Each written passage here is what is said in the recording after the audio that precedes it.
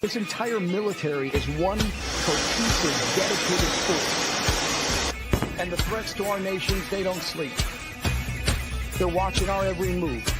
Iran, Russia, China, North Korea, ISIS, Al-Qaeda. They may be watching this right now. Our military should not be mistaken for a cable news gab-fed show. We don't care what you look like. We don't care who you voted for, who you worship, what you worship, who you love. It doesn't matter if your dad left you millions when he died or if you knew who your father was. You have the code of a machine of lethal moving parts that you would be wise to avoid if you never stood for you. We will not be intimidated. We will not back down. We don't want war. But if you want war with the United States of America, there's one thing I can promise you, so help me God. Someone else will raise your sons and daughters.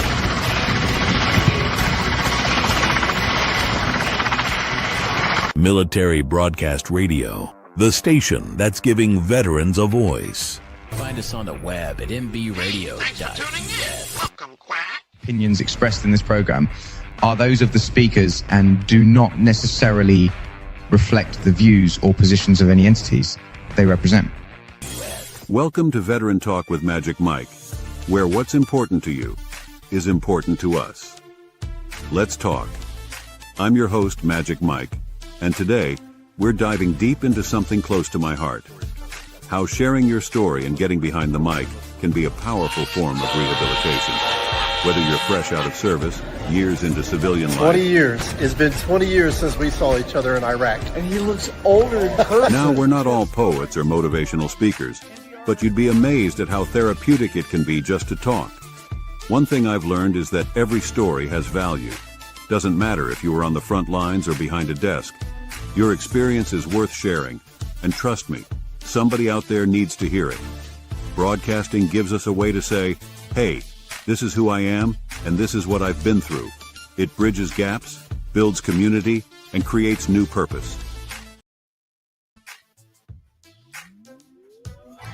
Ladies and gentlemen, live from not only Denver, Colorado, but we from South Carolina, South Carolina, Magic Mike, and I can't hear you, bro.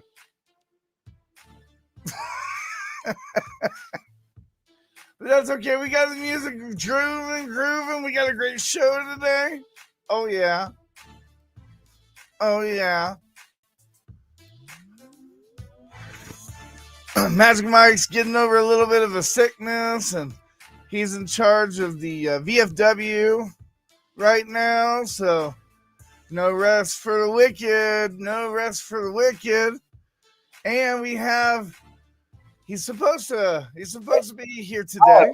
Hey, listen, I have no idea why my mic's not working, so I'm going to use my laptop mic for a second until I figure this out on the break. But yeah, you're here with Veterans Talk with yours truly, DJ Magic Mike and H-Train in the studio. We got a lot to talk about, man. A lot to talk about. You're right. I'm getting over real bad sinuses. Everything's blue in here. And man, I've had a headache for like 2-3 days now. And it seems like nothing's helping. But yeah. How's it going over there, Joel? What's going on with you, bud? Dude, same thing.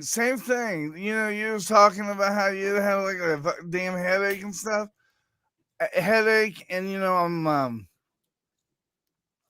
and in fact, you know, it seems like here in the last couple of days, I'm like, I don't want to say I'm reliving the past, but like things are coming up and I'm thinking about it. And, you know, as you sink and revolve around things and you pick up breadcrumbs, just remembering stuff, I'm getting like migraines and headaches. And it's funny that you have the same thing too, because we're kind of doing the same thing in the background, you know? So it's crazy. And I tell you what, boy, you know, we don't normally talk politics on this show.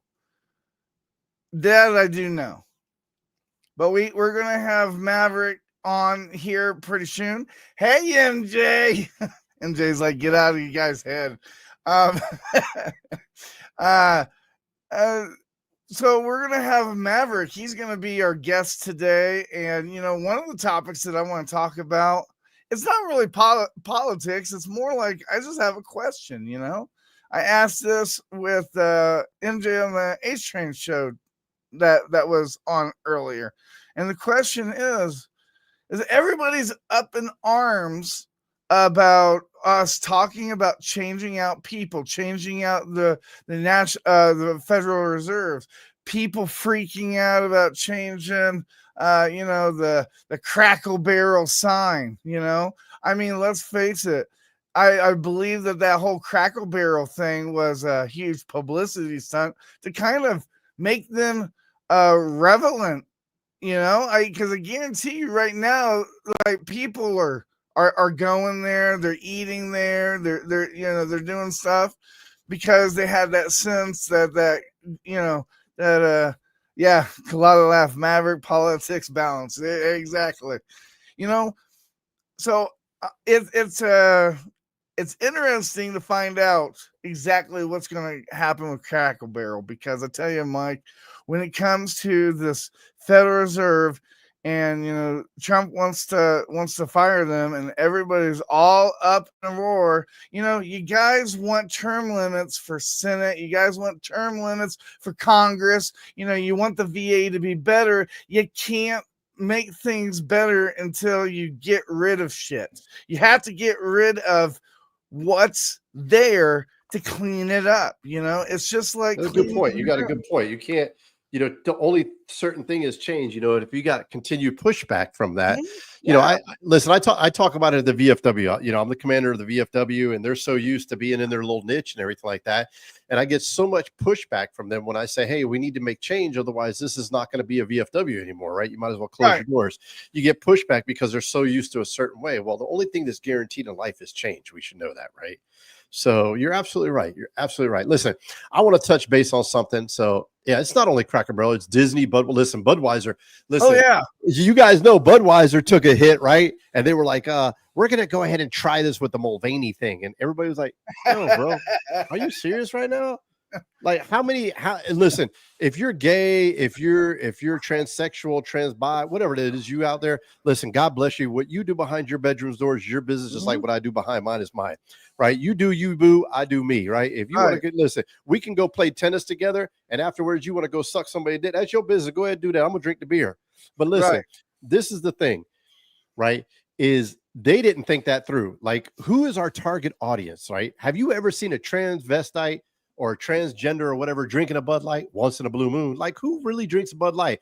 All these country bumpkins, that's who drinks Bud Light. So you know what? Cater to them. Don't cater to people that don't, right? It's dumb. It's really dumb. In the military, they came out with a don't ask, don't tell when we were in, and that was great. It was fine. Nobody cared. I have no problem with that one. No, because what you did in your bedroom was your business. Nobody cares. And Bill Clinton came up with that. So that that was a Democrat, Yeah, yeah. And that was cool. That's what I was telling Maverick. If we go back like 5 or 10 years, the nice thing about the whole political shows is you had a Republican or a conservative, you had a Democrat or a liberal, whatever, you know what I'm talking about, and you brought up a situation and you talked about it and you resonated right in the middle. Yeah. And MJ just said it the best. She said, a question for companies to ask yourself, why are they changing for administration? Listen, everything is political today. Everything. Yeah. I didn't start looking at politics till like mid career of the military. But real quick, before we get into the show, I want to touch base on something. Last week we had a guest on. She is a race car driver. Somebody text messaged in a chat or something like that and said, oh, you just dismissed her achievements for 10 years in the military and talked about her like she was a piece of meat. First of all, I didn't talk about her like she was a piece of meat. All right. First of all, she was backstage and I could see her laughing and carrying on and joking with us. Okay. So anybody that knows me knows I put women veterans first and foremost in the front of men. Why? Because they don't get the recognition a lot of times that they deserve. Really. I mean, that's just true, right? We'll be 15 guys deep and 3 females, and they'll all say, thank you for your service to the males. And nobody goes up to females thinking that they serve, right? It's just how we've been. Well, some troll decided to write something and kind of bash me about, talking about her and dismissing her. There was nothing I dismissed. And let me tell you something. Let me tell you all something right now. If you don't like my show, I don't give a rat's ass. Bye. Go find yourself a show to troll somewhere else, because I ain't changing. I am who I am. H-Train is who he is. Maverick is who they are. And we ain't changing for nobody. We say what's on our mind because we serve this country and we protected the Constitution that allows it. If you have the right to get out there and dress like a girl and you're a man, then I have the right to say what I want on the show. It's not demeaning. It wasn't feministic. It wasn't degrading. It wasn't anything. I said, I like tattoos and I hope she's pretty. And that was it. And I already saw who she was backstage. So if you had a problem with that, bro, you got my email. You call into the studio. You can talk to us anytime. But don't be a little punk ass bitch hiding behind a damn chat and being a keyboard warrior. Because you know what that does? Absolutely nothing. And you know what? I don't lose sleep over it. I really don't. Our show is 100% for veterans. And I guarantee you, she ain't had no problem with it. No other veteran had a problem with it. You did, keyboard warrior. So you know what? Keep your comments to yourself. Mama said, if you don't have nothing nice to say, don't say nothing at all. So guess what? Bounce. Anyways, all right. I had a vent for a second. That was bothering me ever since you told me about that. Man, me and Joel don't talk about religion or politics on this show. And you're going to come up here and try to bash me. You didn't say anything about her accolades for the last 10 years. All you do is talk about her tattoos and whether she was pretty or not. Yeah, exactly. I could care less about you. Sorry. All right, everybody. So before we go on break, let me tell you, we're, Maverick from Slacker92 Alpha. He is joining us. This is a pretty good treat. We haven't had him in a while. We're going to bring him back from when we go on first commercial. And we're going to go on commercial here real early, but I just wanted to rephrase that we are on Facebook. We are on Veterans Talk Facebook. We are on LinkedIn. We Military Broadcast Radio LinkedIn. We are on Military Broadcast Radio YouTube. MB Radio Talk Shows on Twitch. We're on Twitter under MBR Talk, and of course we're under a Roku. And I'm super excited. H-Train, real quick. Yeah. What was the guy that we had on here that was out of California? He was a Marine or whatever. Was he Army or Marine? Good looking dude. I said he looked like a cross between Z. How come none of y'all complained when I said Z was a good looking dude and you need to stay away from my wife? Oh, when I said another dude was good looking, y'all ain't had no problem with that. But when I said a girl was good looking, y'all had a problem with that? Man, you right, MJ. I ain't wasting my time with these people, man. I have a boyfriend. Yeah. All right, hey, we're gonna go on a first break. We're gonna go on first. We got Maverick backstage. I can't wait to get him out here. Maverick's probably like, I don't know if I want to be on their show now. Good old Maverick's backstage. Veterans Talk. We are right here on the station that's let our veterans be heard. We're gonna start this month with a bang. We are starting this with the Star Spangled Banner. Let's go. Let's roll.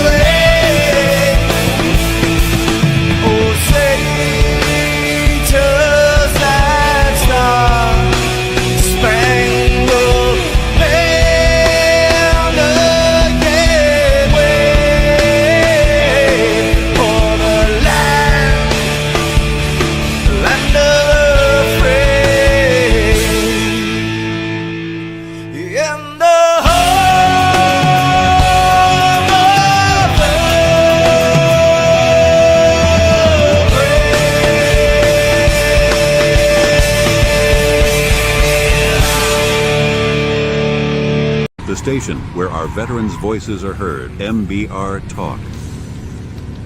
Find us on the web at mbradio.us. I'm over here looking at everything else. Hey, one more thing. Welcome back to Veterans Talk with yours truly, DJ Magic Mike. We got Maverick in the back of the studio getting ready to join on with H-Train. Hey, just to let y'all know, y'all can't hurt my feelings. I used to hold a flashlight for my dad when he worked on a car. So I know y'all can't hurt my feelings. Well, y'all don't know how that is, but yeah, I'm excited. This is going to be a great weekend. You thought you was going to be able to sleep. H? No. Ladies and You'll be gentlemen. answering all those emails. All those Without emails. further ado, I'm being like Al Borland on Tim to for an interview call 1-800. All right, here we go. Interview of the week. The interview of the week is brought to you by Jersey Mike's, a sub above. And hey, what's going on, Maverick? What's going on, guys? Maverick's like, I don't know if I want to be on this show. I might get my name dirtied. No, I was listening to what you were saying. I 100% agree with you. That's what I tell people. You don't like what I have to say? Turn the station. Plenty of other places to go. You don't have to. Yeah. You don't have to tune into my show. Well, hurt my feelings and stuff like that, man. And Maverick, are we a little sick, or have you turned baritone since the last time? No, yeah, I've been fighting off this. I don't know what it is. Cough. Yeah, he said cough. What's going on, Maverick? How you been, bud? Not bad, not bad. Other than the cough, I'm doing all right. What's the weather like over there? Huh? What's the weather like? Very hot. Very hot. Yeah, it's crazy cold, hot. Yeah, it's just crazy weather. I mean, all across the world, the country, I guess. I mean, the temperature. I mean, the heat index is always over 100 here, like 100. I think it was like 108 the other day, and today it's like 105. I think I don't even go outside. I can't. It's that hot. It's the humidity is so bad. I got an air conditioner for my air condition. Yeah. I just sit in the house all day. For everybody that doesn't know, Maverick is one of two people. Him and Bravo, they're in Slacker92 Alpha. They have been doing a political show now for over 11 years. They have a new look to them, a little bit more professional. Not only more professional, but they have a little bit better angle of everything. Him and Bravo. I thought what you guys have did, the new change and everything, I think it looks great. And I just wanted to bring you on, because me and Maverick are still friends, and he has Patriot Radio, which it's taken off. He's got a phone app and everything, and me and Maverick talked about this I don't know how many times. we are here to empower veterans. As soon as they learn and they're being taught how to do stuff here at MBR, it's no different at Patriot Radio. And you got to open it over there. That's good for a friend. What a dick. What a dick. Hey, if you guys are not subscribed to, plugged into, or listening to Patriot Radio, you're missing out. I'm gonna let you guys know that right now. I know I got a lot of viewers that listen to me now and watch me and stuff, especially in the North Carolina, Florida, and South Carolina and DC area and stuff like that. Because I hand out flyers and cards every chance I get. I tell everybody about the story about the I was so just to keep you up to date real quick, Maverick. Every Tuesday I go to this coffee shop. It's called Frontier Coffee, and there's about 200 veterans there. And I'm literally like one of the youngest veterans there at 54, 55. I'm the youngest one. And I go there and I hand out flyers and let them know about the show and stuff like that. So a lot of them watch it, and I'm in the store. And I'm going around the corner. I hear this whispering, and no, really, that's his name, Magic Mike. I'm not kidding you. And she goes, I'm going to ask. And I'm hearing it go back and forth. And here comes this older lady, this older guy around the corner. And the guy goes, hey, Magic. And I go, hey, how's it going, Sarge? He's a retired sergeant major or first sergeant or some crap like that. Or whatever. I go, what's going on, Sarge? Something like that. I said, and he goes, hey, and she goes, is your name really Magic Mike? I go, it's Michael. And she's like, well, he says he knows you by Magic Mike. I said, well, I do a radio show. And she goes, oh, do you dance like him? And I'm like, this lady's like 90 years old almost, or 80 something years old. I'm like, no, I don't dance like him. No, I would call magic because when I was in the Army, I used to make things happen. There you go. Pull stuff out of my rear end. But anyways, yeah. So if you guys aren't listening to Patriot Radio, man, you guys are missing out. I love the show. They got a lot of a lot of content. They talk about stuff that I'm scared to talk about, but yeah, we don't have it. There's no limit. There's yeah, no there's no off limit. I filter, should none, say. zero zilch, man. There's zilch. I mean, we got somewhat of a filter because of we're we have somewhat of a filter because we're on Roku television, all this other crazy stuff, and we have a duck as a mascot. We can't exactly talk about politics. Yeah. But hey, man, but I'm on your side, Maverick, man. I love the way you talk about. Listen, this is my firm belief, and if I ever ran for politics, this would be my motto. My motto is: you want better, vote better. Period. End of story. Yeah, absolutely right. You want better, vote better. That's it. Yeah. Don't sit here and blame me, blame him, blame this person, blame that. You want better, vote better. So Maverick, one of the things that we were kind of talking about in front of the show, and that's kind of the subject matter that I would like to kind of touch base with, to kind of get everybody's opinion is, here in the United States, we've been yelling since before Obama that we needed term limits for Congress and we needed term limits for the Senate. And, we haven't even brought up like term limits for people ahead of the VA and stuff like there's people that have been in the same position for more than 15 years. And in those positions, like we're not progressing, we're not getting better, and sitting here griping about, stay away from the Federal Reserve or stay away from the VA. Like you guys are bitching and griping, but you guys don't want to fix it. You can't bitch and gripe and fix. But then again, you know how people are. They're sitting here and they'll gripe and bitch about a Crackle Barrel sign. Yeah. But chances are the ones that are bitching and griping, hell, they haven't been to that restaurant in over 2 or 3 years. I know I haven't. The only time I go to Cracker Barrel is when somebody dies in my family, because that's the perfect place to go to after a funeral. Hey, listen, on the other hand, I go to Cracker Barrel quite often. I've been there probably 3 or 4 times. I like to go in there and shop. Yeah, I go into Cracker Barrel because I like to shop. I sit there and my wife can bankrupt me in Cracker Barrel. Man, I mean, she done spent about $200. We ain't even sat down to eat yet. I mean, as far as that controversy with Cracker Barrel, I mean, look, personally, I don't want to curse. I don't give a crap about the logo, honestly. I mean, yeah, it was more than just. I really don't. It doesn't affect me one way or the other. It's not going to stop me from going if they change the logo. Exactly. But yeah, I mean, I see all these people up in arms because they learned their lesson. They probably shouldn't have tried to change the logo. I know why they did it. They tried to be a little more modern, but I mean, why fix it if it's not broke? That's just it. I think it is broke. I think the whole thing was a publicity stunt so that they could be more relevant. And I can't pronounce that. I can't pronounce a lot of shit. Don't make fun of me, Mike. Not yet. I don't know. I mean, I mean, and I'm sure there's a lot of people who think like that, that really don't care. I mean, you go there for the food. I don't go there for, I honestly, I don't go there because they have rocking chairs out front, and I don't go there because they have a store attached to it. I go for the food. Maverick goes there for the little peg game. Yeah. Oh my God! Did you hear about that shit? Okay, check this out. Hold up, man. That peg game is so annoying because when my granddaughter goes there, man, I got to take one off of every damn table so she can fill all the holes. I'm like, come on, that's not how the game plays.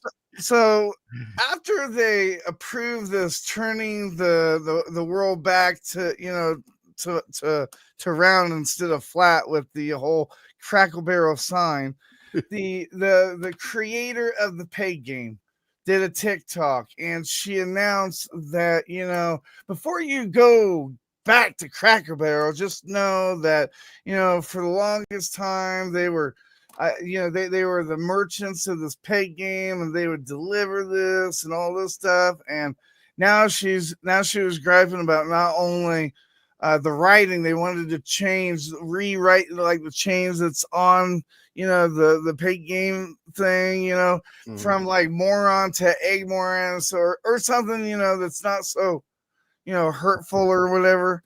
And she was bitching and she was griping, that it's 80% of her thing, and they did away with it. They went another route, and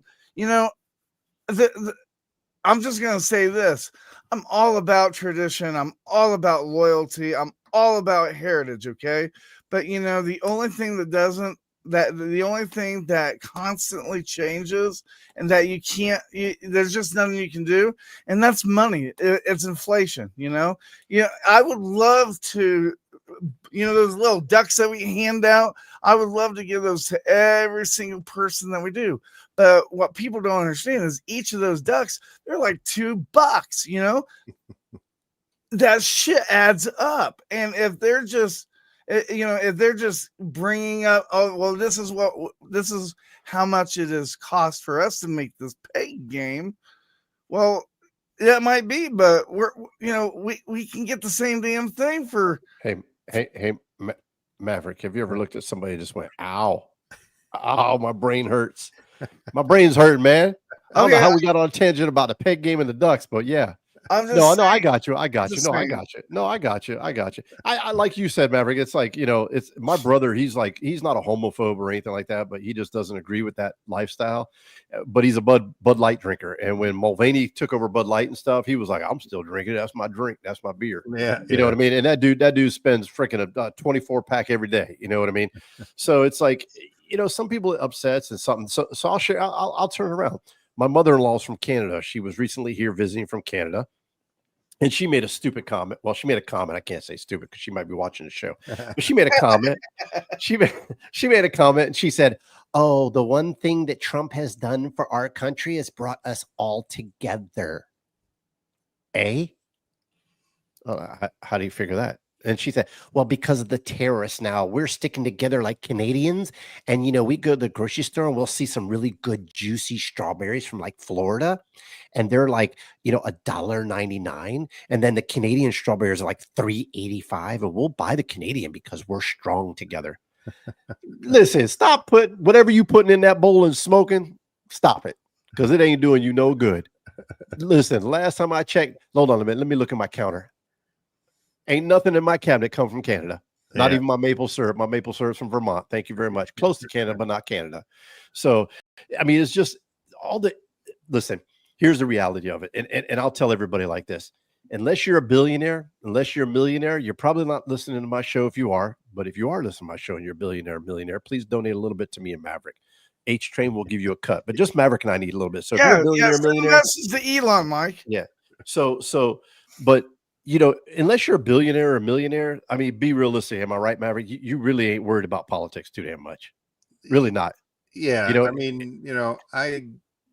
mean, obviously my show is part politics. I mean, it's not as much. I tried to change it a little bit because, I get sick of politics after a while. Yeah. I mean, 9 years or plus of doing this show and talking about look, everybody knows my feelings on Trump. I mean, I'm very critical of him and I'm not afraid to. Everybody should be critical of him. I'm not one of those people who just, no matter what he does no wrong.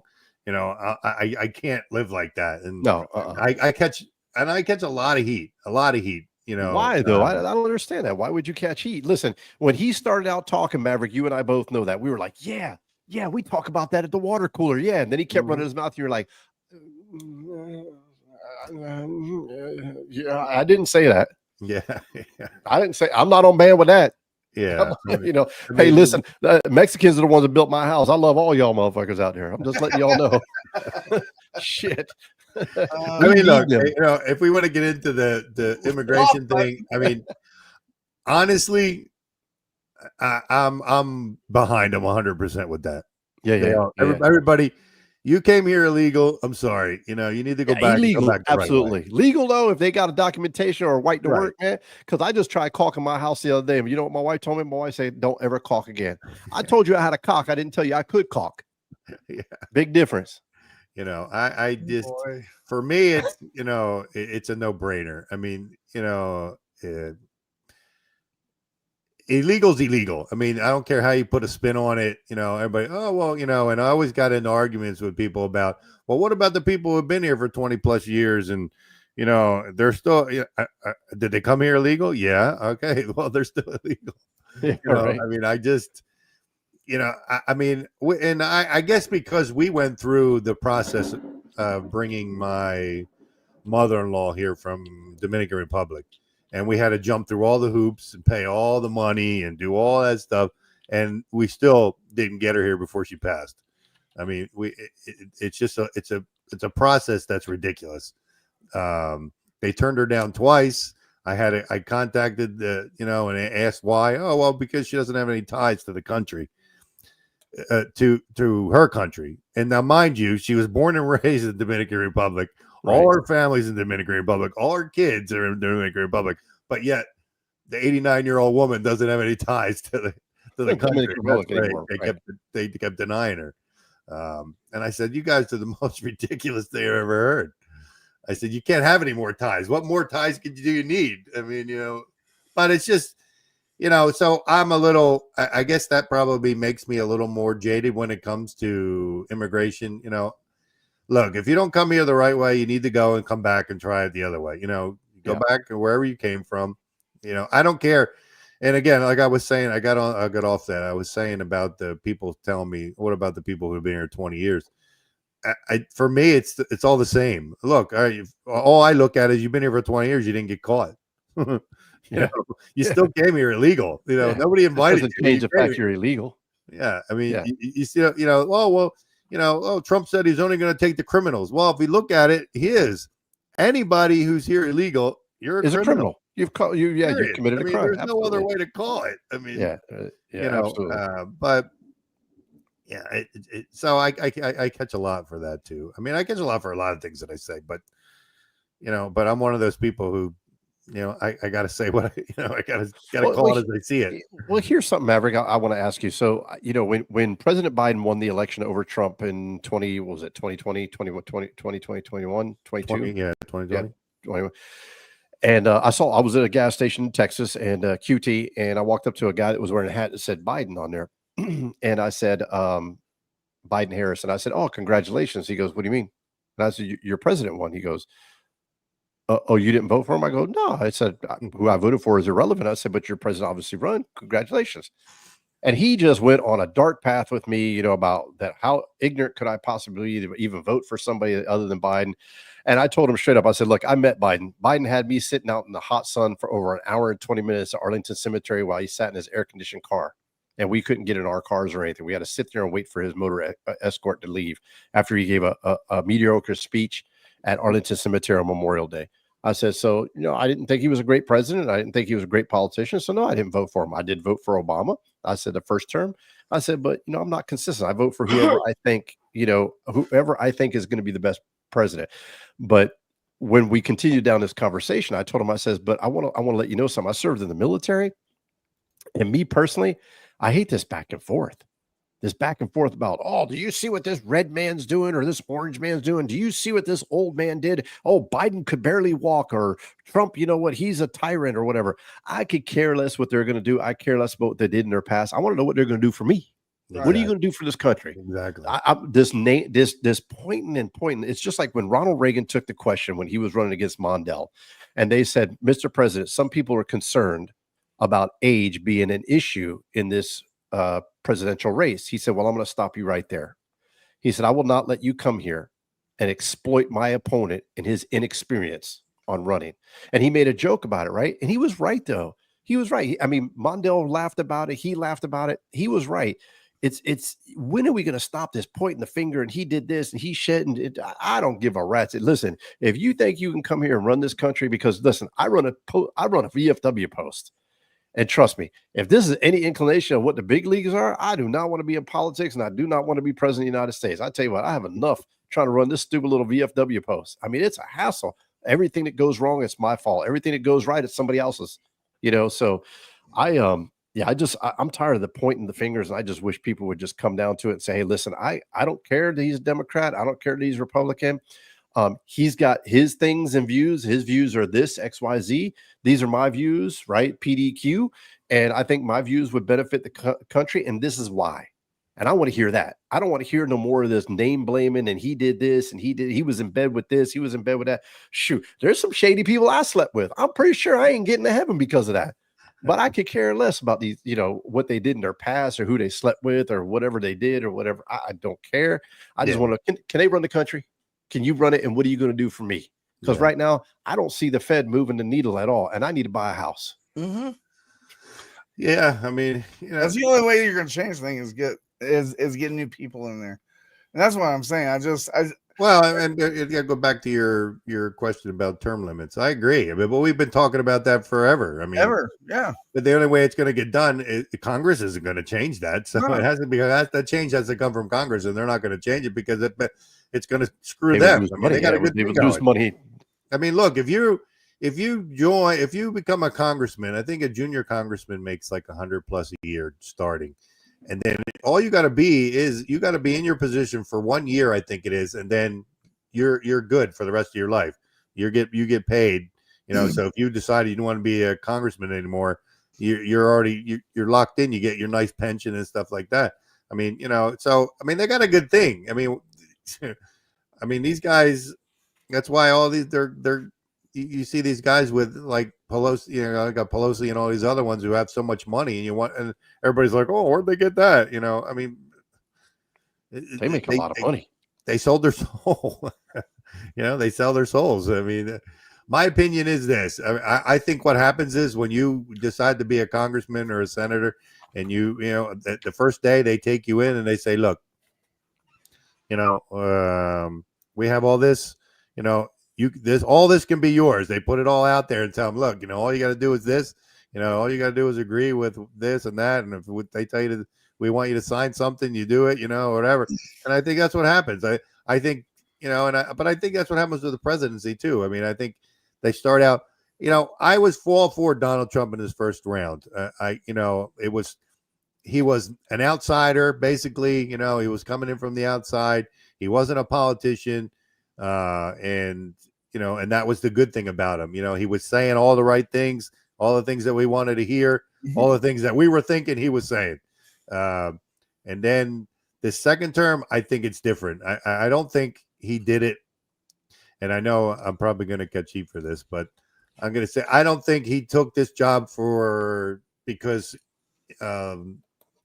for the reasons he did the first time. Let's put it that way. Yeah, I agree with you. I think that there was a little more motive behind it.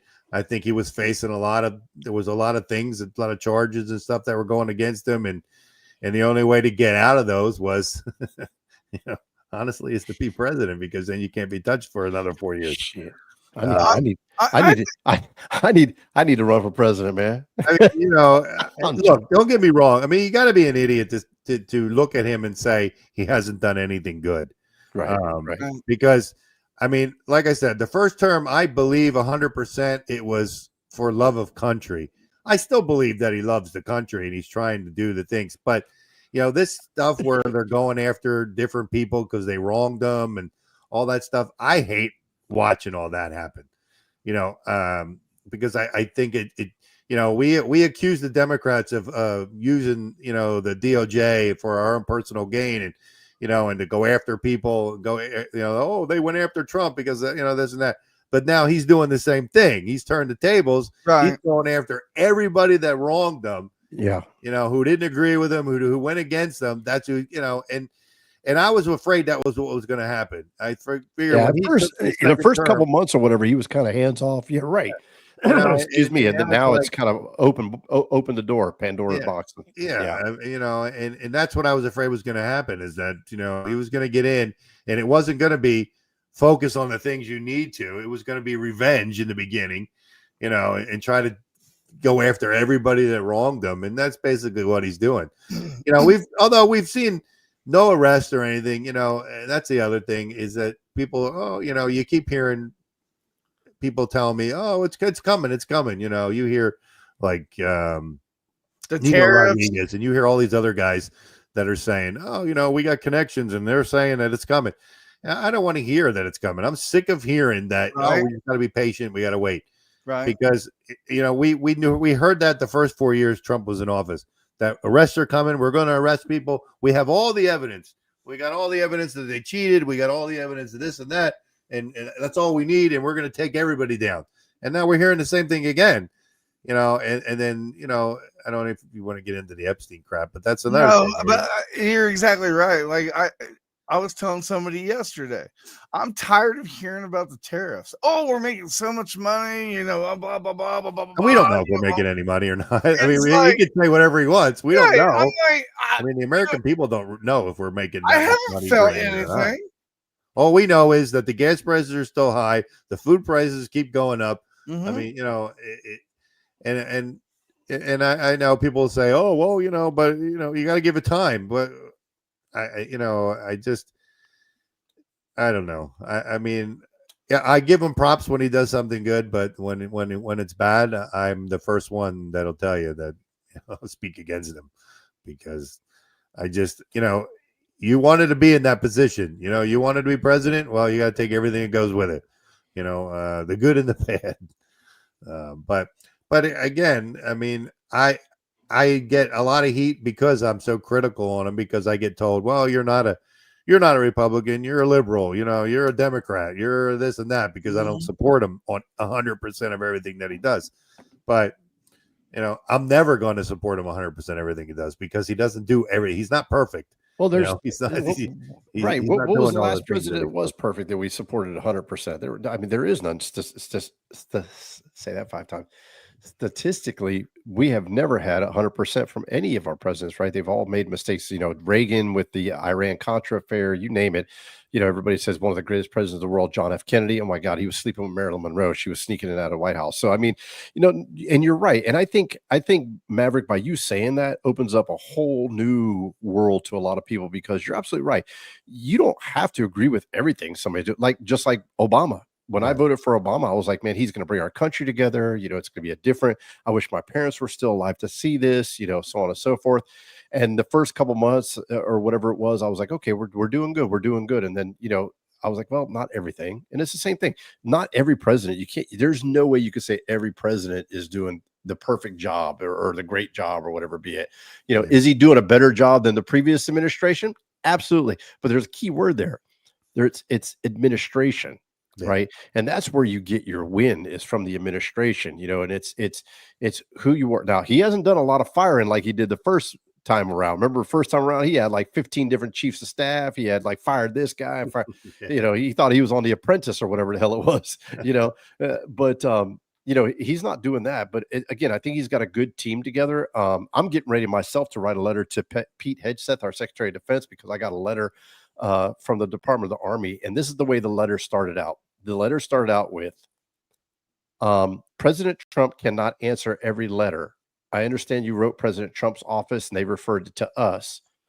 As much as he would like to answer every letter, he cannot. So this is pretty much the decision, and he has no decision over the decision that we made for your case.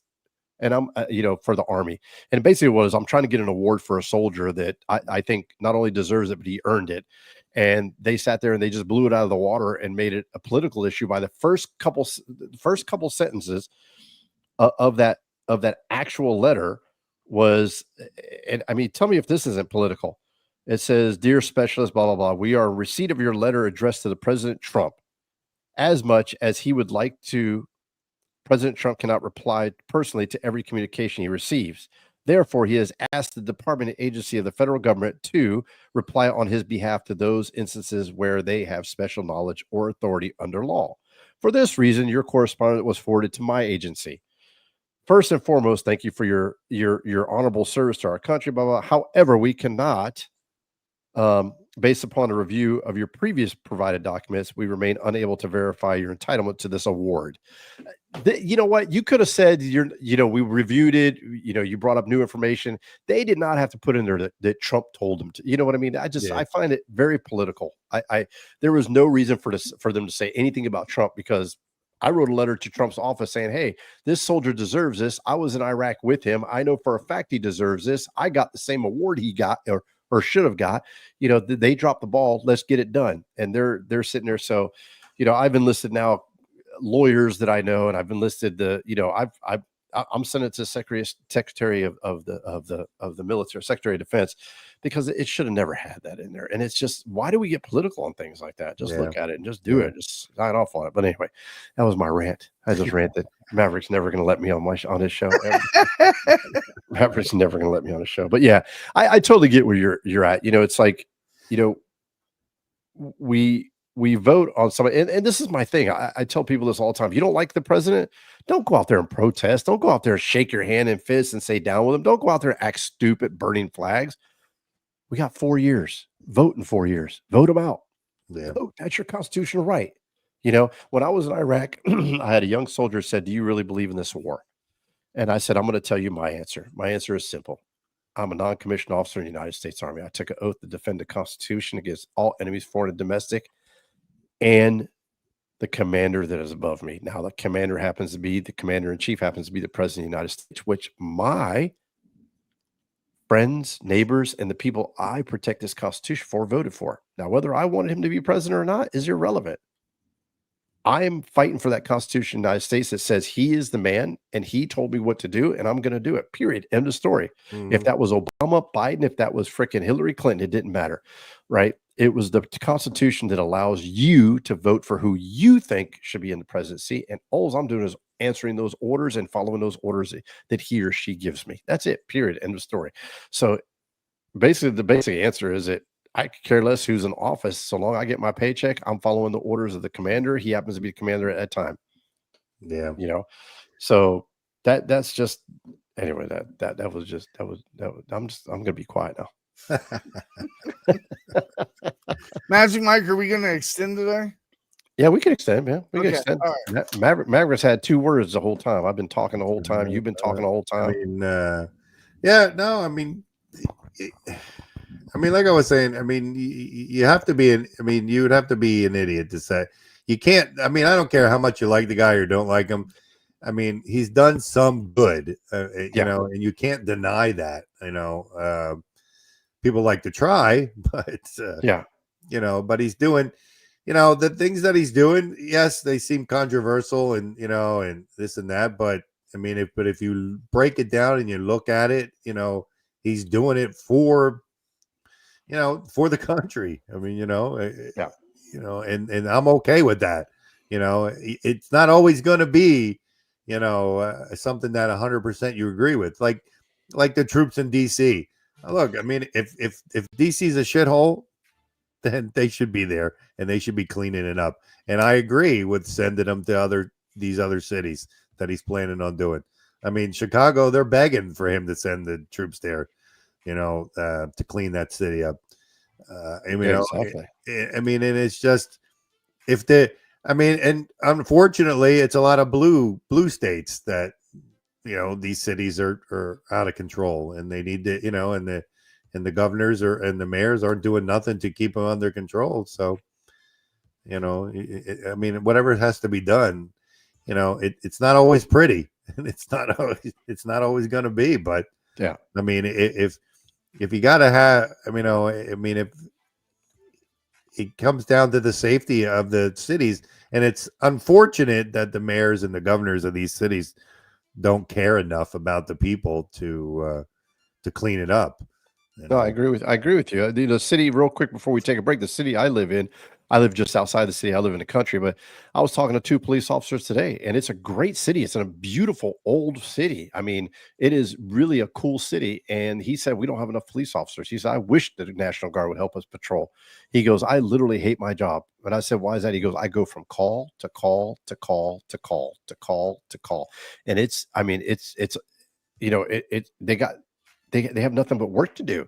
So come in, clean it up. Listen, maintaining is the easy part. It's getting it to that point of maintaining, you know. Right. So yeah, I agree with you. Hey, listen, we're going to take a quick break here on Veterans Talk with yours truly, DJ Magic Mike, my special guest Maverick from Patriot Show, which is amazing. If you guys aren't watching it, you're missing out. And H Train in the studio, bobbing his little head back and forth. But we're going to be right back after this, a real quick break.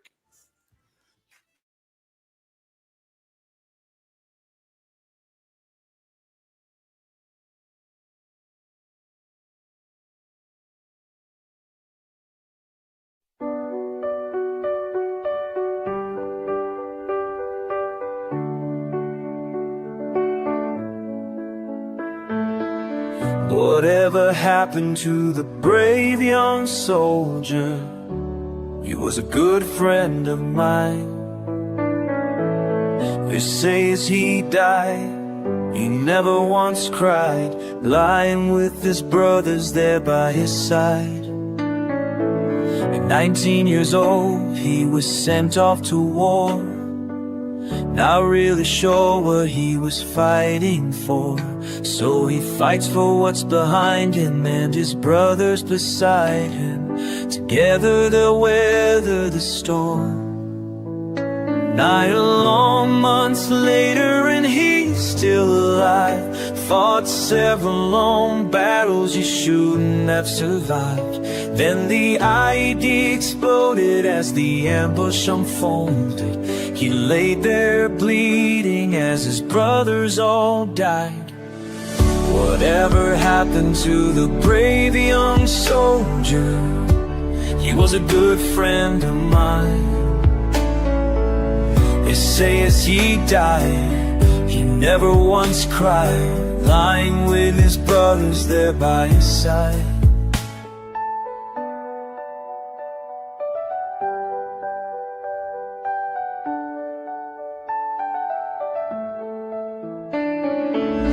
Reinforcements arrived in the nick of time.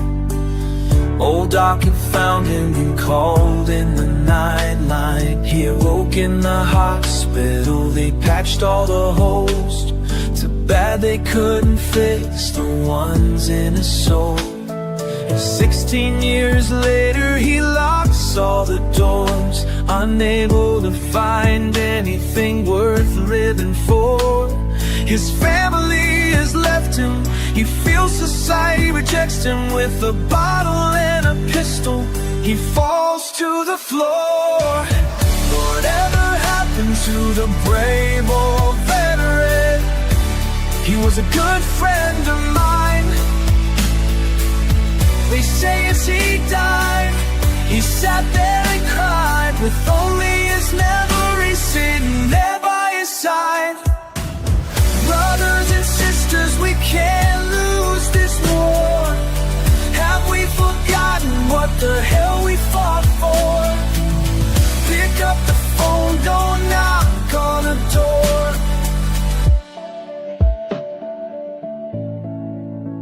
22 too many, we must carry on, fighting these battles until they are won. We know that we walk on the edge of a knife, but one simple call can save a life. Whatever happened to the brave old veteran? He was a good friend of mine.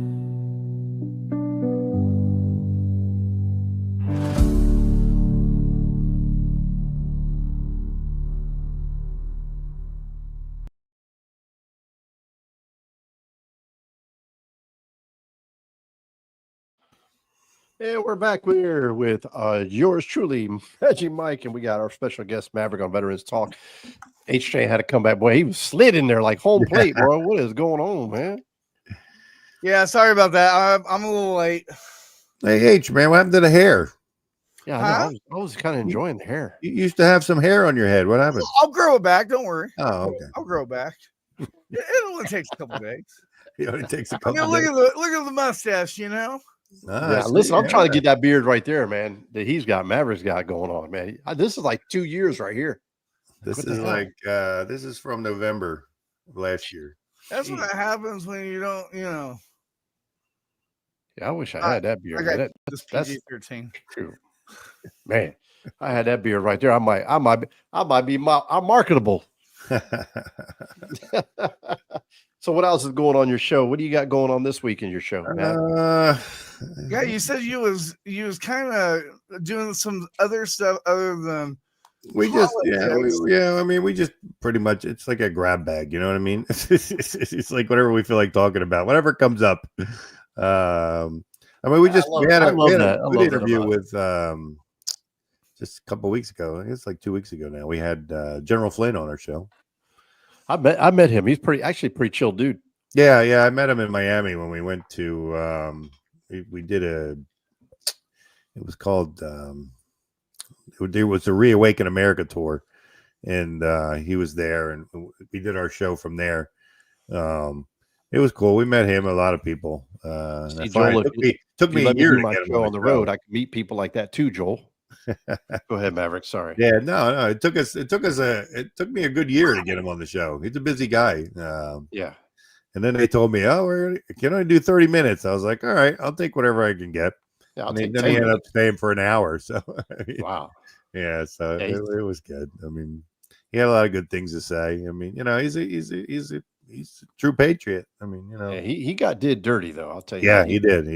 Yeah, he did. Yeah, that was in that was us, my wife, and all of us met him, and I was joking with him. I said, I work for General B.B. Bell. He goes, "Ooh, that's some bitch." I go, "Yeah, he was. He was." He goes, "Man, nobody liked him." I said, "Yeah, I got along with him. I don't know why I got along with him."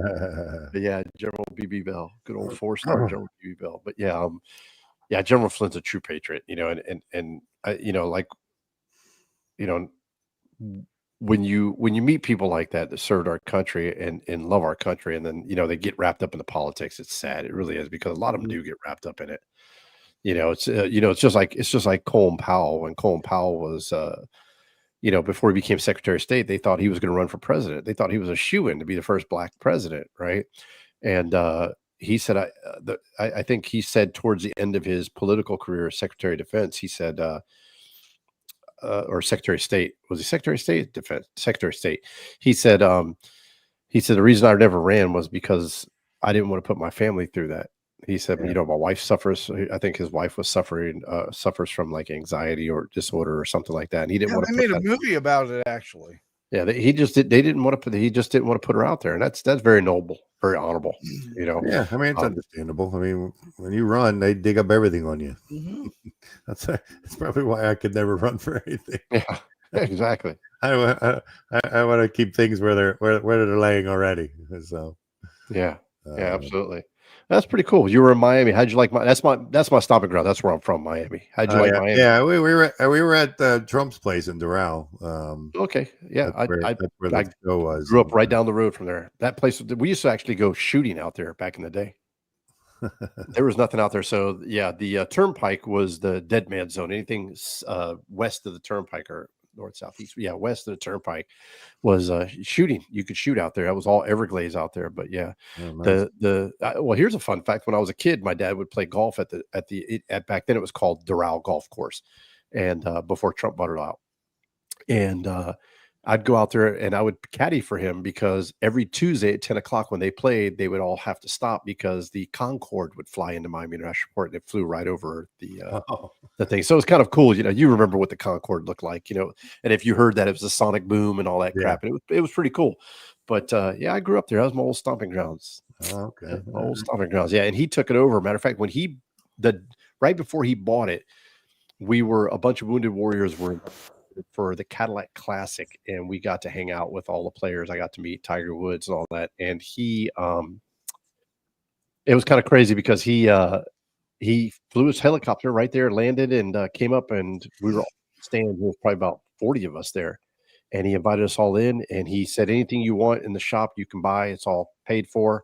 None of us bought anything. I think one guy bought a hat or something like that. But and then all of our food was paid for, and we ate like kings, man. Oh, we ate like kings. Then he got back on his helicopter, flew away, and I think it was like a year later he bought it. To the Trump Doral, whatever. Yeah. And here's another fun fact about it. So in Florida, why I don't know why, but all of our power lines are above ground. And you think of hurricanes, you think they would be underground, right? Mm-hmm. And he complained about that and said it was the ugliest damn thing in the world, and he didn't want it around the golf course or anything like that. So FP&L, Florida Power and Light, said, well, tough nanny boo-boos, we're not paying to do it. We're not going to do it. It costs a lot of money to put those things in the ground. He goes, I'll pay for it. So if you go there, you'll see right there across the street from Doral, the power line stops, and it all goes right into the ground, and there's no above ground power lines anywhere around the Doral Trump. And right across the street is the Federal Reserve. Well, it used to be the Federal Reserve of Atlanta right there. But anyway, fun facts about my little hometown there. Did you enjoy it? Did you go to South Beach at all? No. I mean, I've been to South Beach and stuff before, but we just went down. It was a 3-day thing, so we went and stayed down there, and it was cool. I mean, there was a lot of people there, a lot of name people there.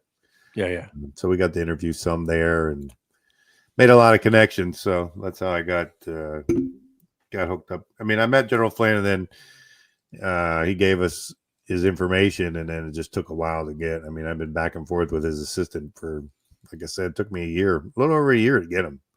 That's pretty awesome. Finally, was able to get him, but still trying to get Roseanne, but I keep going back and forth with her people because she's always doing something. Trying to get her on the show, and I had Dr. Peter McCullough. That was a good show. Wow, that's pretty cool. That one was good. He talked about the vaccine and stuff like that that's killing people. I just saw a commercial. Terry said South Beach is for tourists. Amen, sister. Yeah, when I go there, I do not go to South Beach, girl. I go to the real Miami, Everglades, but I go see my people at the Miccosukee Indian Village. But yeah, right. That's where we stayed. I stayed at the Miccosukee. At the resort there? Yeah. They just renovated that, man. Yeah. I used to be nice. A cop there, man. Yeah, I used to be a cop in Miccosukee. Yeah, small world. Yeah, it was nice. Did you gamble at all? I played poker. Every time I go to those machines, I win. My son thinks that I'm cheating. My son goes, every time you throw a buck in there, you always win. I'm like, I can't win on those machines. No, we I forgot what I was gonna say now. It just went right out of my mind. But dang, I don't know what I was gonna say. I went, look at that, there it goes, right out there. Maverick, what new segments do you have in your new show before we go to the time to shine? I don't have any guests coming up anytime soon. I don't think. I don't have anything lined up. We were doing 2 days a week. Now we're only doing 1 day a week. I only do Mondays. Yeah, every Monday at 7 p.m. Oh, so Eastern Standard Time. Oh, okay. All right. Yeah. So right now I don't have any guests lined up. So it's just our regular shows. I never know what we're going to talk about till the day of, till I decide what to put the title of the show. So you guys are just doing Mondays and not doing Wednesdays anymore, then? Yeah, I mean, I leave Wednesday open in case there's something big break or something like that. Then I can do it. But no, I've come back to 1 day a week. That's enough for me right now. Now is Slacker92 Alpha? Is it still on Roku? No, I took it off of there because I didn't see enough. I mean, I didn't see enough boost to make it worthy for me to keep it. Got it. I mean, we were getting some, but no, it's everywhere else. YouTube, Facebook, Rumble, all those places you can find it. And then the recorded shows are everywhere. I mean, wherever you listen to a podcast, our show's there. We get the most bump from YouTube. I mean, YouTube, we see per show. I mean, I'm seeing 15,000 plus live. Yeah. So I'm okay with that. But and we're on some radio stations outside of the United States, the UK. We're in the UK. I was gonna say that's pretty important when you have when you have when you're able to do that outside, UK and stuff like that, because those people listen, right? Absolutely. We have a huge audience in the UK, believe it or not. They really like, they don't like when you talk about Trump though. We get some negative feedback because we used to be our show more than I wanted it to. And my co-hosts always were big on, Trump this, Trump that, and I'm one of those. Yes, I'll talk about Trump when he's doing something that it's worth talking about, but I don't want to do it 24 hours. I didn't want a Trump channel. And yeah, exactly. He's got enough money. Listen, if I hear that Rolex, it's not a Rolex, but buy my watch, the Trump watch. Yeah. It keeps great time. Do I need really a Trump watch? If you're listening to me out there and you own a Trump watch, go walk in front of a bus right now.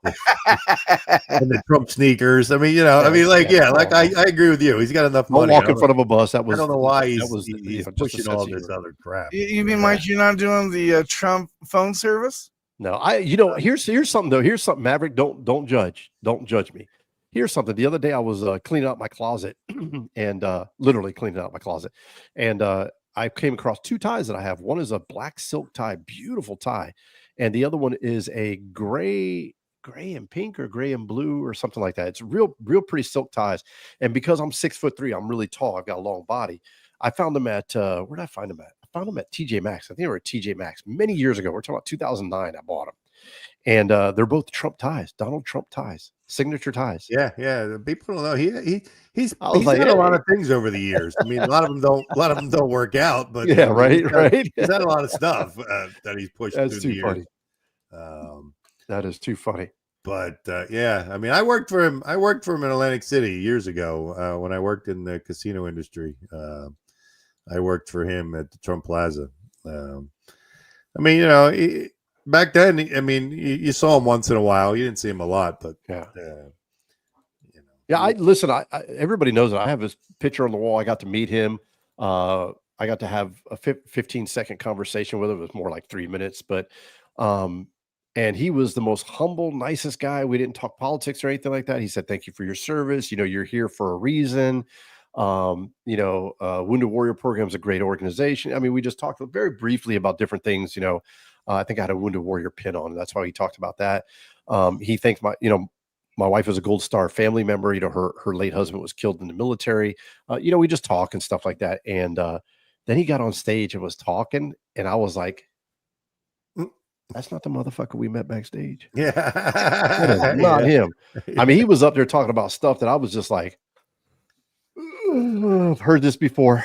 And that Biden, what they're doing to him is just horrible. And I'm like, I don't care. I know. I'm the same way. I don't. Yeah. So it was pretty cool meeting him. And listen, I've met Barack Obama. I stood right next to him as he got out of his limousine. He shook my hand and walked away. I've met Joe Biden.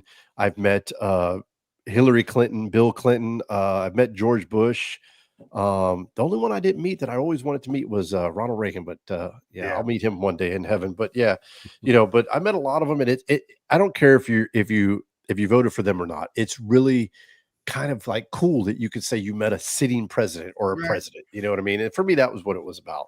It's not about Biden fell down. I could care less. He was a president at the time when I met him, and it was kind of neat. Yeah. When I met Obama, he was a nice guy. Now, when I met Biden, I thought Biden was a prick.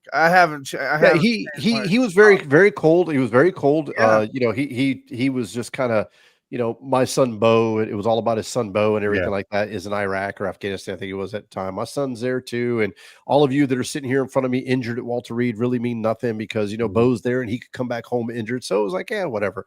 But I mean, it was still cool. I got to meet a sitting vice president at the time and who became our president. So for me that was cool. I mean, I met. Listen, a lot of people don't know. I met Al Sharpton, nicest guy in the world.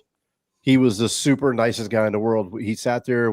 I joked with him. I said, well, you know what they say, when two or more gather in his presence, he shall be present. He's like, oh, you're one of those guys. I said, yep, I sure am. And we joked about it. He wasn't, I'm black, you're white. There was nothing like that. I'm going to tell you guys are going to be blown away. The one person I met and I shook his hand, and I could have shook his hand for longer than I did. And for me, it was the most amazing person I ever met in my life was Magic Johnson. And I didn't shake his hand thinking, oh, God, I'm going to catch AIDS, or, oh, God, he has AIDS. I didn't think about nothing. All I thought about was one of the greatest basketball players and how big his freaking hands were, and swallowed my hand up. And I'm 6'3", and that dude looked at me like I was a midget. And it was humbling. It was the most great experience. He said, thank you for your service. I was in full uniform. He was just the, nicest guy in the world. So again, I could putting politics or whether you like somebody or not, it's really cool. I'm sorry. Anyway. Wait until you meet Shaq, Mike. Wait until you meet. I met Shaq. I drove for Shaq in Miami. Yeah, I met him. Very nice, very quiet. His kid's like bigger than me. His kid was like 3 years old at the time.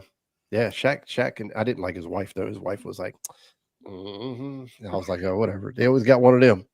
So it always got one of them. But anyways, hey Maverick, it's always good to have you on the show, man. I hope you come back, man. You bring the ratings. Your show is amazing. I watch your show. And listen, again, if you're not watching the page, listen, I'm telling you guys, if you don't watch Maverick, you're stupid. Period. End of story. Seriously. I will even put you on the spectrum if you don't watch this show. Seriously, watch it once. Take my advice. Watch it once. If you don't like it, say, hey, Magic, I didn't like his show at all. It was boring, whatever. But watch it once. I guarantee you'll watch it 2, 3, 4 times. It's one of those good shows like Into the Weeds podcasts and stuff like that we have. But Maverick really brings it. I enjoy his shows. I laugh. I go get a cup of coffee and I sit there and I'm entertained. I really am. And that's what you do. You entertain and we love it. We do like the guests you have on. I did not see the one with Major Flint, with General Flynn. If I did, I probably would have. I probably been a more professional on having you on my show now, but but it's always good to have you, Maverick. I love what you're doing, man. You're doing bigger and better things and great things, and you didn't forget about us little people down here, and that's what's important. Ladies and gentlemen, it is that time. It is your time to shine. Today's Time to Shine is brought to you by Dunkin' Donuts, veterans, and first responders. Runs on Dunkin'. This is your time to shine, baby. It's your time to shine. All right, Maverick, it's your time. Man. You can say hi, boo. You can say whatever you want. You can curse us out. It's your time, man. Oh man, you put me on the spot there. I don't know. I don't even know what to say. I was watching the thing. It was going. I'm like, what are they going to do now? Joel with these little things he's got going on. No, I mean, I enjoy being on other shows. I mean, it gets me exposed to other people. I mean, you guys are. I mean, Joel knows. I tell him all the time. You guys are more than welcome to come on my show. Like I said, it's never. Joel likes to have it organized, and my show is like all over the place. I mean, we could be talking about. Yeah. We could be talking about politics 1 second, and then an earthquake that happened somewhere. Just whatever comes up is what we talk about. I mean, I've been trying to get it a little more organized where we stick on a topic for a little bit, but that's good. That's what mixes it up, and that's what we like about it. Yeah, and I mean, look, I mean, I've been doing it, like I said, for 9+ years now, and it's always been the same way. And the audience keeps growing, so I'm assuming we're doing something right. But, exactly. Hey, I want to thank Wyatt and Terry and MJ and everybody else that's on here commenting. Everybody loves your show as well, Maverick. And again, it's a testimony of what you do and what you bring to the veteran community, right? Again, where can we catch your show? Let the people know. Right now we're on every Monday night, 7 p.m. Eastern Standard Time. We're on everywhere. I mean, broadcast live on Facebook, YouTube, X, Rumble. I know I'm forgetting some other places. Twitch, I think we're there. Yeah, make sure you create a Kicker account because Twitch is going away here soon. Oh yeah, no, I haven't. I mean, I put it to Twitch, but I the last time I've even looked at that place, I mean, I don't.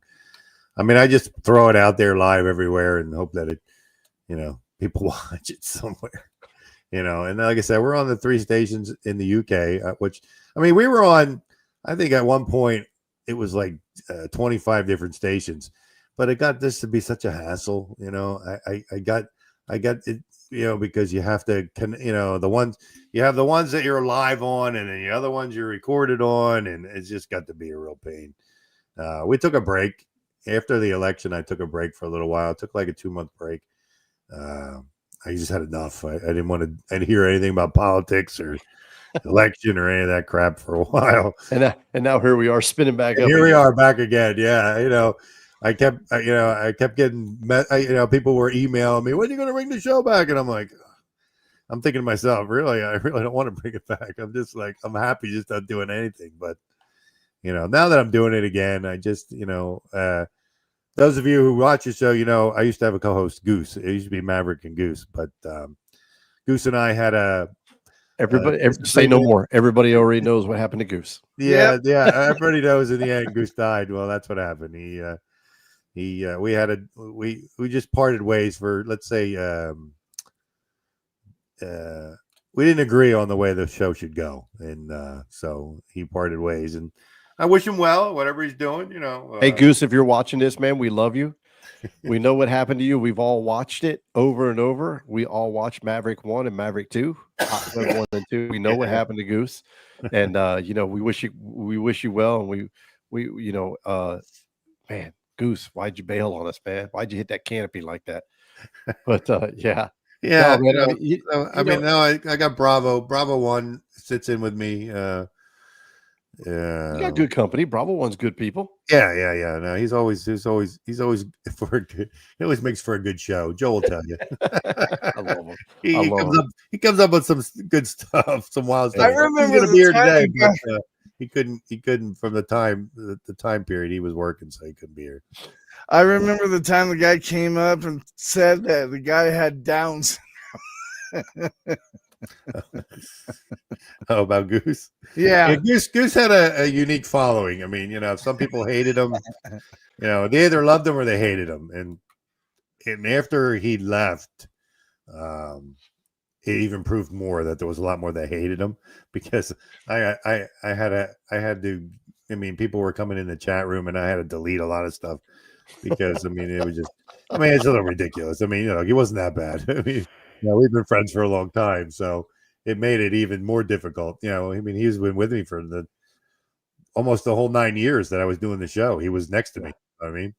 Whether being seen for a while, he didn't get seen. It was just, when we started on YouTube, just on YouTube, and just me, and then him sitting off to the side. You could hear him, but you couldn't see him. He was afraid to get on air. So me, I don't care who sees me. You're just like me and Joel. H-Train, I could care less. Yeah, hey. Bravo, we have enough haters. The same way, he won't show his face either. He's like, "Oh, I still got to work in the in the real world."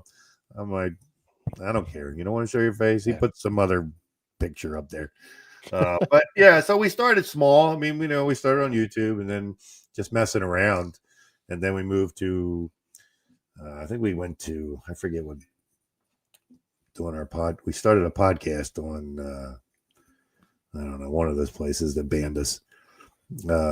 We started there and we grew to we had 40,000 followers, and then next thing I know, I don't have a show anymore. They took it down, and then so we had to start all over again. And I went to another place to stream, and then it's been an adventure. Between YouTube canceling us and all the other ones, Instagram and TikTok. Right now I'm on a ban from TikTok.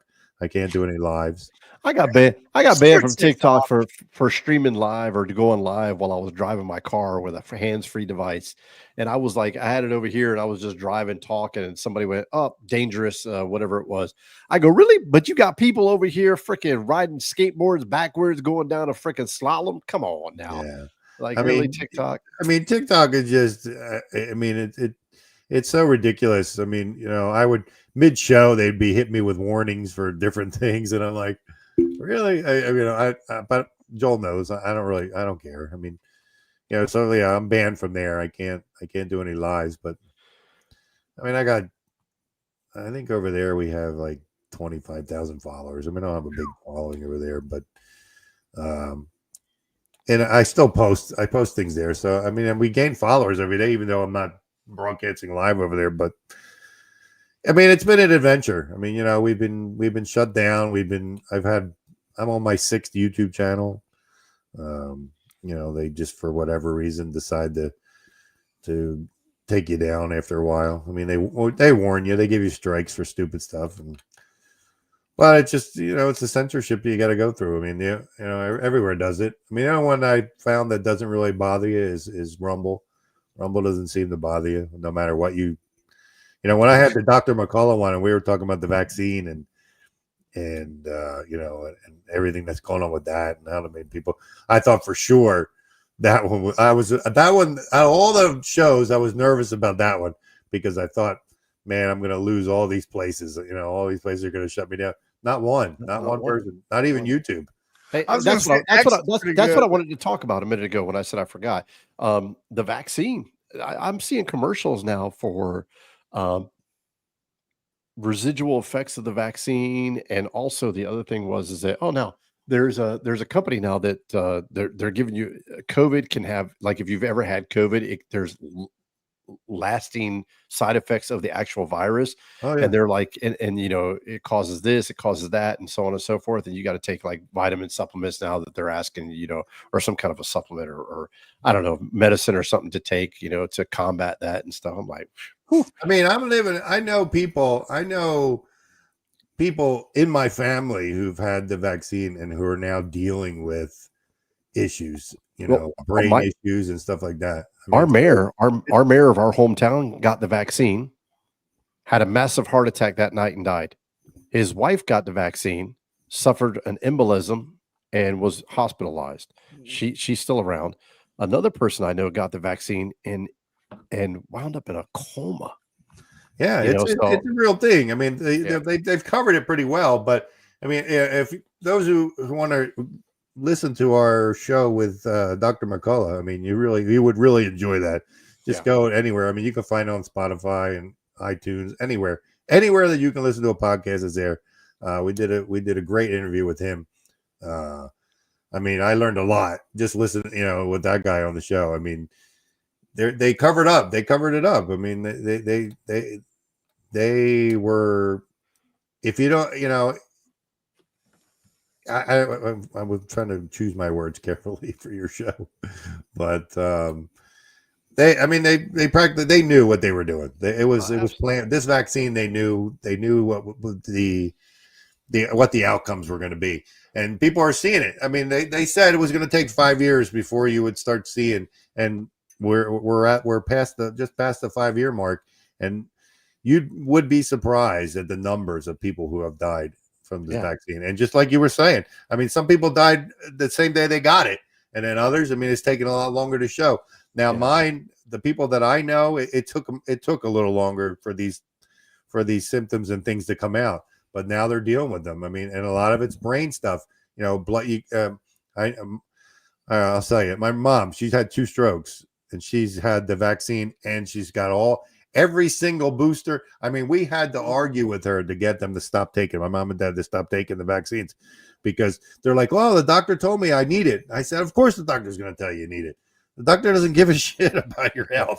They get a kickback from every vaccine they give you. Yeah, and if you think, and listen, if you think a doctor doesn't get a kickback from the medicine that he prescribes, I'll just let you a little secret. The pharmaceutical organization, you can chat GPT this, you can check on the internet. The pharmaceutical world gives their pharmaceutical reps that go out to all these different doctors' offices. And if you've been to a doctor's office and never seen a pharmaceutical rep, you're not living life. They show up in nice clothes, nice cars, and stuff like that. And they usually show up with a bag full of goodies and stuff. But those pharmaceutical reps have a credit card limit of up to $300,000 that they can spend on wining and dining doctors. I mean, it's unbelievable. And that's what they do. They go out and wine and dine these doctors and say, hey, push this medicine. It's a great, Dupixent's a big one right now. Dupixent is a great drug. It's a shot you got to take. It was originally developed for people with psoriasis and stuff to combat that psoriasis. They found out it works really well with people with severe sinus infections, polyps, nasal polyps. Also, it helps people with severe allergy, asthma, and stuff like that. One of those shots is over $2,900. If you have insurance, it's $750 every 2 weeks. If you don't have that money, you can apply for a grant, and it costs you $20 a month. The doctor gets a kickback of that, of $1,000 for every prescription that he prescribes. Wow. Regardless of what you're paying for, he gets $1,000 from the pharmaceutical company. Yeah. And that's just my research that I did on that medicine alone. So yeah, they get a kickback. There's no doubt about it. They do get a kickback. So I'm glad you brought that up. Yep. Yeah. I mean, so like I said, I mean, we had to argue with her. Finally, we got her to stop taking stop taking these boosters, because every time she'd say, oh, my doctor told me there's a new booster and I got to get it to keep me updated. I said, no, you don't. I mean, we would argue back and forth, but they're they're at that age where, they believe, oh, the doctor knows better, than anybody else. I said, listen to, and I told her I was having that Dr. McCullough on. I said, listen to this show. Of course they didn't, but I said, you need to, and I told her all the things that he was saying. That's what kind of, I think, between me and my brother pushing her too, I think, she finally realized that we weren't just talking. You meant it. That we knew what we were talking about. So she says they're not going to take anymore, and I hope that's the case, especially now that she had her second stroke, and it's crazy. Hey, listen, if you guys haven't seen it yet, watch the podcast with Maverick and Dr. Peter McCullough. Say that one more time. Peter McCullough. Yeah. I don't know why I always want to say Jeff McCullough. It's Peter McCullough. It's a good podcast. It's really important. I'd like to thank my special guest today, Maverick, for being here. He runs his own podcast, his own YouTube, Patriot. It is phenomenal. Go check it out Mondays. H-Train in the studio here. We're going to take a quick break. We'll be right back. We're going to do tribute. Yeah, that's what we're going to do next. In fact, if you want to, we can do tribute and then just let that sounds close perfect. out. Let's do it. Let's do it. So here's a tribute to the troops here on Veterans Talk with yours truly, DJ Magic Mike and H-Train, and our special guest, Maverick, in the studio. Detail attention. First call. The service member's name is called out loud in the context of a unit. This is meant to ensure all are present and accounted for. Second call. The name is called out again, louder, to confirm that the service member is indeed absent. Third call. The name is called out for a final time, followed by a statement indicating that the service member is not present and accounted for, signifying their death. The final roll call serves as a symbolic gesture to respect and remember their service.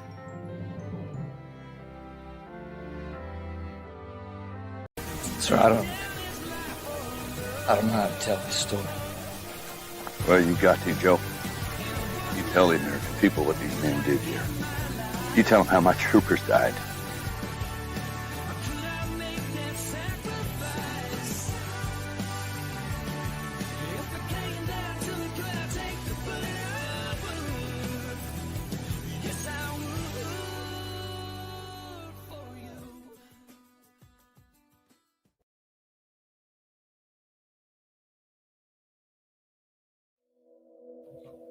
Hey everyone, thank you for tuning in to MVR today as we pay tribute to Judge Frank Caprio, age 88.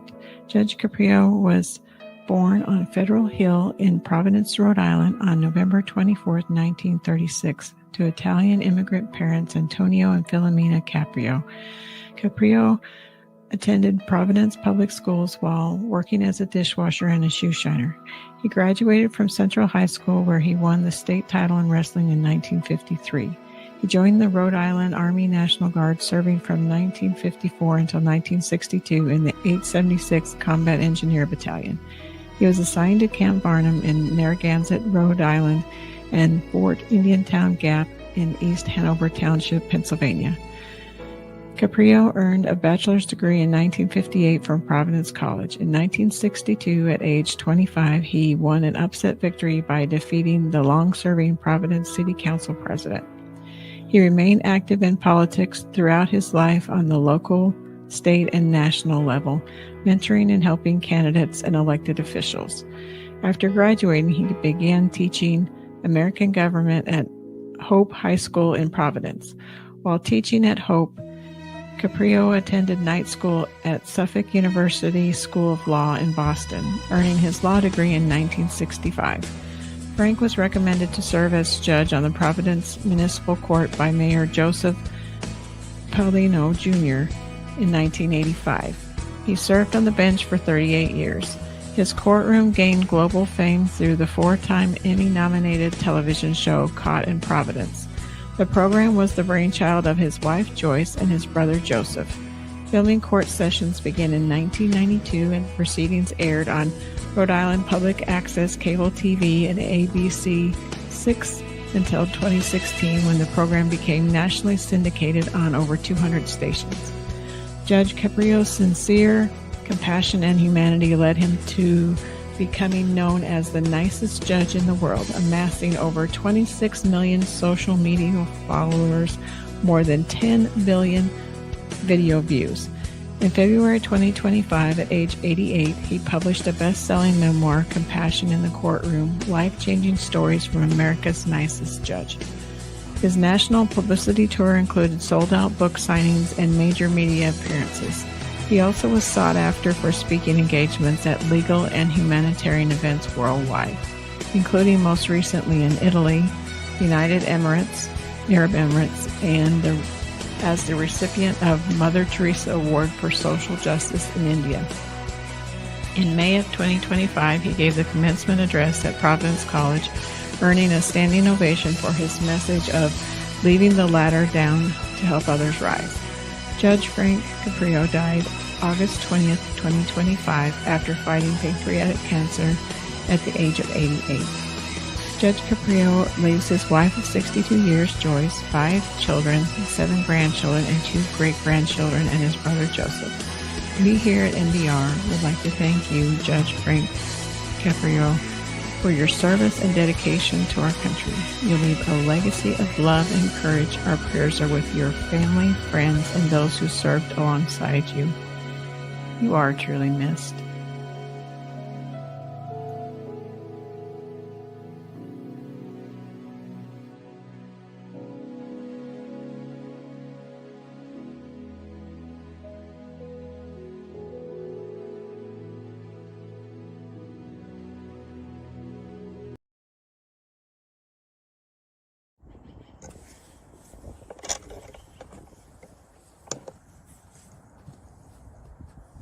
Penalty count, 10-10. Ready.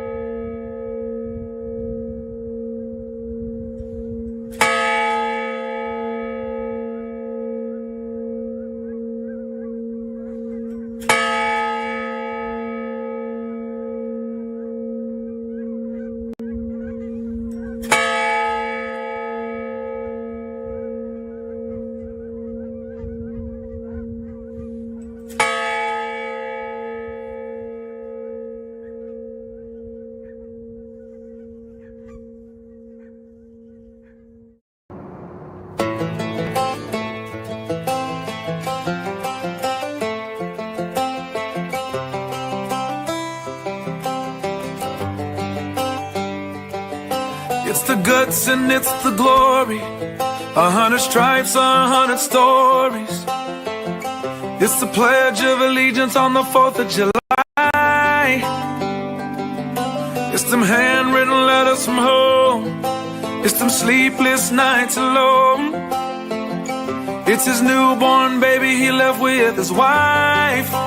Mr. Red, White, and Blue, lay down his life. Mr. Red, White, and Blue, for these stars and stripes. Hey,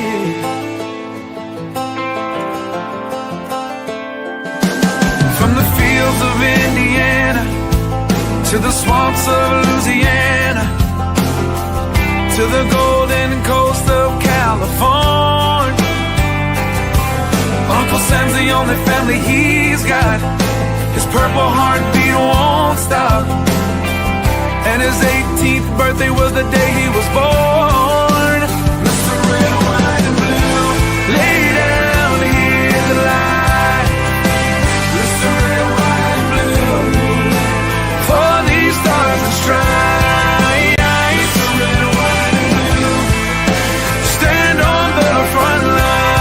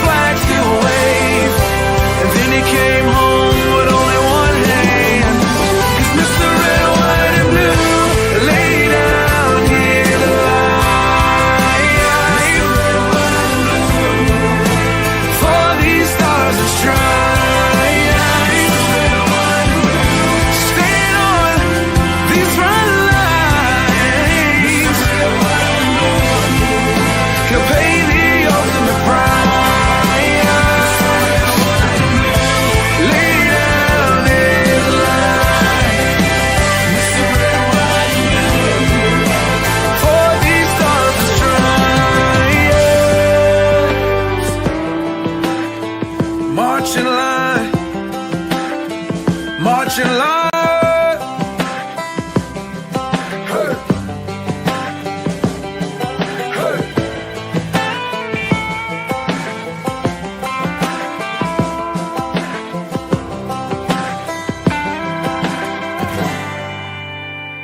The station where our veterans' voices are heard, MBR Talk. Find us on the web at mbradio.us.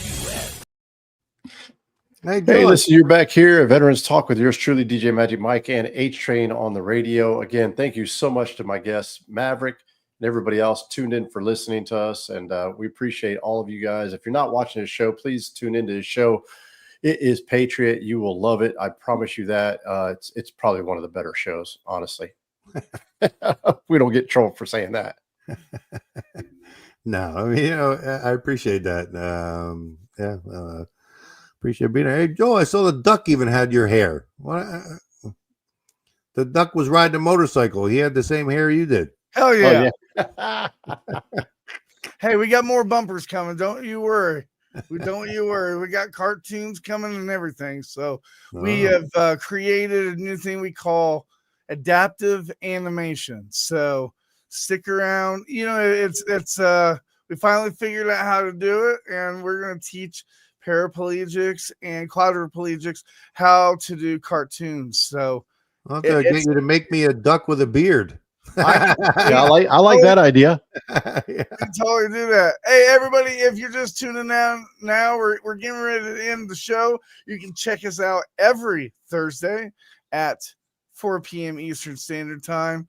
Usually it's only an hour, but we extended it a little bit because, because we can. Yeah, that's right. We can do it. Mike, I told H all the time, you guys are welcome anytime, man. Just let me know when you want to come on. I'd love to be on your show. Seriously, I think it'd be awesome. Yeah, you'll like Bravo. I mean, Bravo gets into some stuff. I mean, sometimes it's a little more crazy than, things that I come up with. I like Bravo. Yeah, I like Bravo. He's very informative. He knows his stuff. So, I mean, that's why. And that's what's important. Yeah. I mean, that's what makes the show. I mean, you got to have, I mean, I don't know how much time we have. I don't want to keep running. But I mean, I just, when I started the show, I wanted it to be a place where people can, the truth, nothing else. I mean, that's, you're not going to hear, you're going to hear some opinion, but if we talk about something, it's because we did the research on it and, and that's why we're bringing it up. So you can count on what you hear on our show is to be, pretty much the truth, I guess. But some people don't, but again, like we said in the beginning of the show, I don't cater my show because of what people think of me or the things that I say. If I did that, I probably would have ended the show a long time ago. Right. Because I get some good emails and I get some bad emails, and I mean, do I care about the bad emails? I do. I when I get feedback from the radio stations in the UK, and it's bad, it bothers me, and I try to make adjustments to make sure, because we get a big audience there. I mean, one show we'll see probably, and for each month we're seeing just on one station. I'm not really supposed to tell the numbers because they don't like me doing it, but I'm sure they're not going to hear this show. So, because I'm not, hopefully no. Well, hey, we see over, over 1 million listeners just on that one station, in a month. So, I mean, it's like 300,000 per show. So, I mean, so I take what they say to heart, I mean, if and that was one of the things. One of the things was, there was too much Trump, like I said, UK just, for some reason, they hate Trump and they don't want to hear about him. And, right. So we adjusted, and that was part of the reason we had to change in faces that you see on the show now. Yeah. That was part of the reason, because they didn't agree with it. But, it's my show, basically, and I'm the one who does everything for it and got it where it is. So I have to listen to what the listeners want to, you know what I mean? So, but no, like I said, I appreciate you guys bringing me on. It's great. Yeah. I like being on other shows and meeting, and getting exposed to new crowds. And I think your audience will like our show if they come. I think our show it's entertaining. And hey, whenever anybody wants to talk politics or has a show politics, I always send them your way. Yeah, and like I said, we're politics. Yes, I'd say probably right now the show is probably 60-70% politics, and then it's a mixture of other things. But we discuss a lot of what's going on, because unfortunately those are the things that are going on. Yeah. There's so much we could have touched on, the Russia and China and Ukraine and all that stuff that's going on. There's a lot of things happening, and and we're just trying to wake everybody up to what's going on. There's a lot of people still sleeping out there and don't really know and can't see past their phone to know what's going on outside. That people think, oh, it doesn't affect them, but yeah, it does. The things that are going on in Russia and Ukraine and China and North Korea, what they're doing. you got to be paying attention. It's scary. It's scary. It really is. Yeah. Hey, listen, again, I'd like to thank everybody who's joining us today, and our special guest Maverick and all his viewers who jumped on board today, because I know you had a lot because I was watching on it. H-Train, thank you always being in the studio, my man. And I can't wait. I can't wait to have you back on and be on your show. Listen, again, if you're not, the Patriot Radio, Slacker92 Alpha, live every Monday at 7 p.m. Eastern Standard Time. Don't miss it. Be there. Thank all my guests. And again, Veterans Talk on Military Broadcast Radio. Remember that we're here for you, not for us. Giving a veterans a voice. We'll see you next week, guys. Ladies and gentlemen, thank you for tuning in to Military Broadcast Radio. As we wrap up today's show, we want to remind you that the podcast of today's episode will be available right after we go off the air. So if you missed any part of the show or want to listen again, be sure to check it out. And remember, we're here to support and honor our veterans. Your stories and experiences matter, and we are committed to giving you a platform to share them. That's right. We're here to give our veterans a voice. So don't forget to catch the podcast and stay connected with us. Giving our veterans a voice.